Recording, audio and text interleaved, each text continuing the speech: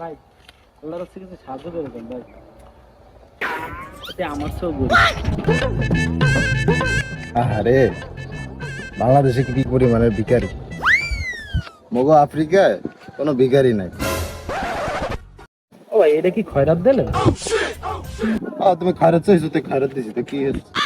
এটা কথা ভাই, আমি সাহায্য চাইছি, খয়রাত আর সাহায্য এক হয় না, বলতে পারছেন? আমি খয়রাত চাইছি ভাই, সাহায্য করবো, যদি পারলে কিছু সাহায্য করে দেন ভাই। তোমা গো বাঙালি গো, কি কইতে মনটায় চায়।